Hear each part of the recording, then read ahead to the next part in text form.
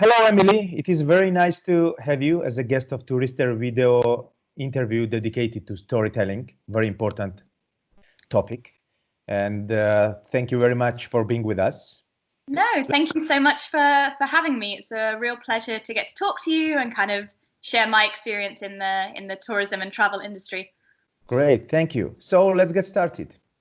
My first question is following: what makes a good story, and how the tourism and service industry tell good stories generally? Yeah, of course.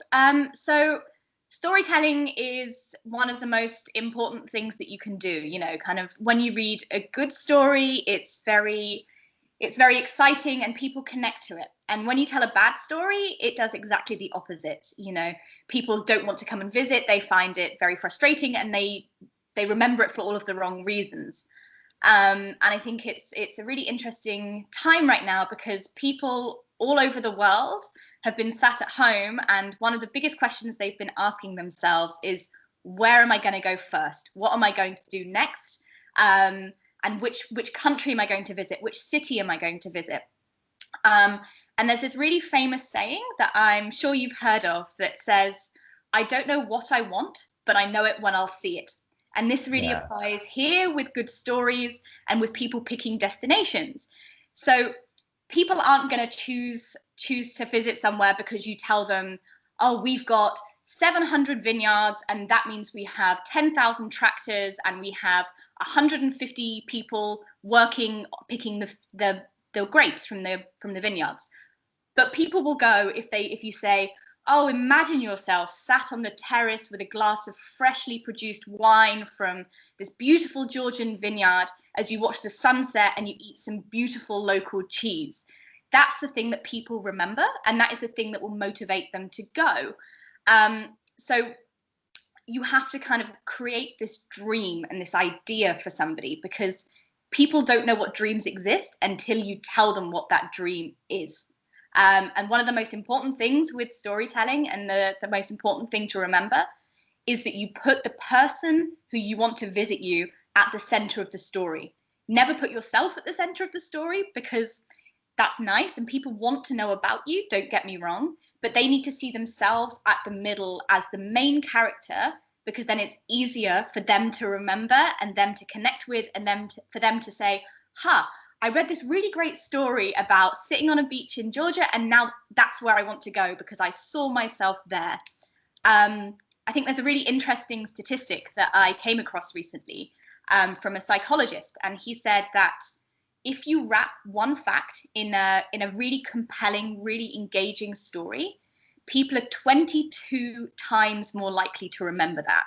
And so that's kind of a really, really powerful thing. So pick that fact, pick the thing that you want people to remember, and wrap it in a really beautiful, engaging story, and then they'll remember it. And when they kind of can stop dreaming and start doing, that will be the thing at the forefront of their mind, and that will be the thing that they then choose. Great. Yeah. Great. Wow, very interesting facts and approaches. Good. So I have a question regarding the COVID-19 context and the storytelling, obviously. So why is good storytelling more important than ever, given the existing context? Of course.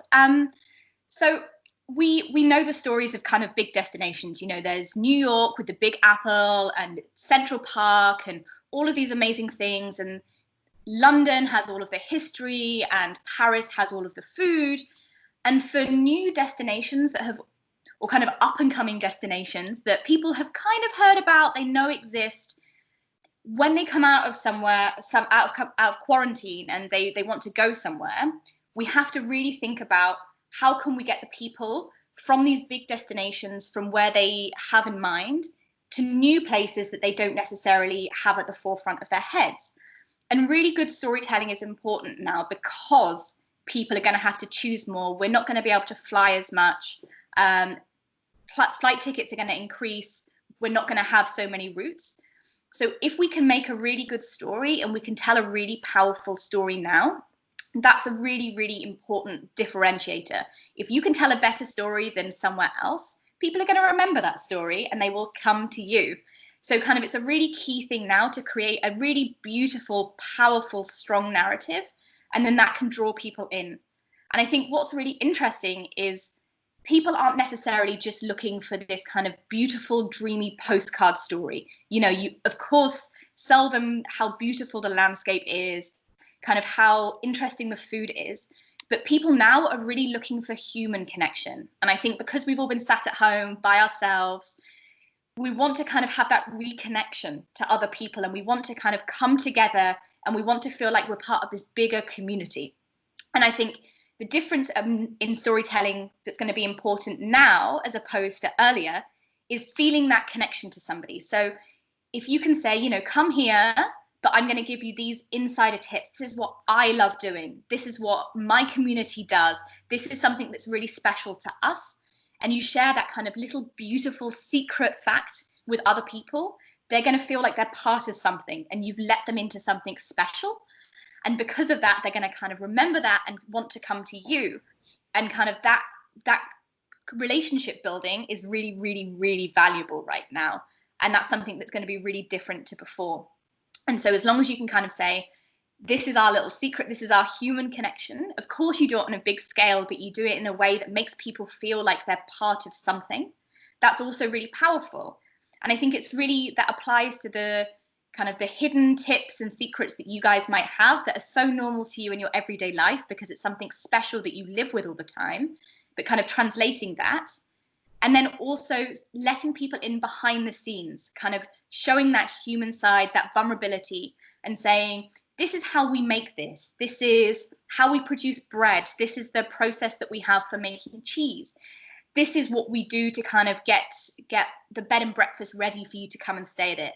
And showing other people that human side and allowing them to connect to you on a human level, as well as painting this big postcard picture.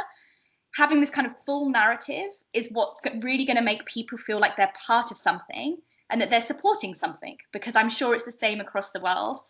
Given the current situation, people want to support more independent businesses, smaller organizations that have something special about them that they don't want to see disappear. So kind of if you can show that you're special, show that you're small, show that you're human, that is what other people will connect with, and that is what they will be excited about visiting and excited about experiencing. Great. Thank you very much. Very interesting approaches to the storytelling. I have a last question. I want to make it short for our audience to be comprehensible and easy to understand.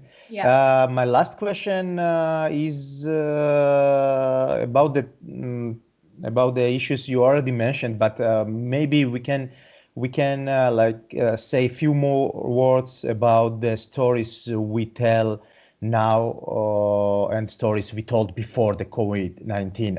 How should new stories be told in this new era, let's say? Yeah, of course. So as I touched on, I think kind of human stories is the most important thing. You know, we've always wanted to hear about kind of big, exciting adventures, and I think we are perhaps now a little bit more cautious about going out and doing big, crazy things. I think what's been really interesting from my side is I've been sat at home and I've been talking to different people about what things they're looking forward to most about the new world and kind of getting out of lockdown. And people aren't saying, I want to go and swim with sharks, or I want to jump out of an aeroplane, or I want to just disappear into the jungle. It's kind of, people are really excited about sitting in a small village square with a glass of wine and just listening to the noise around them.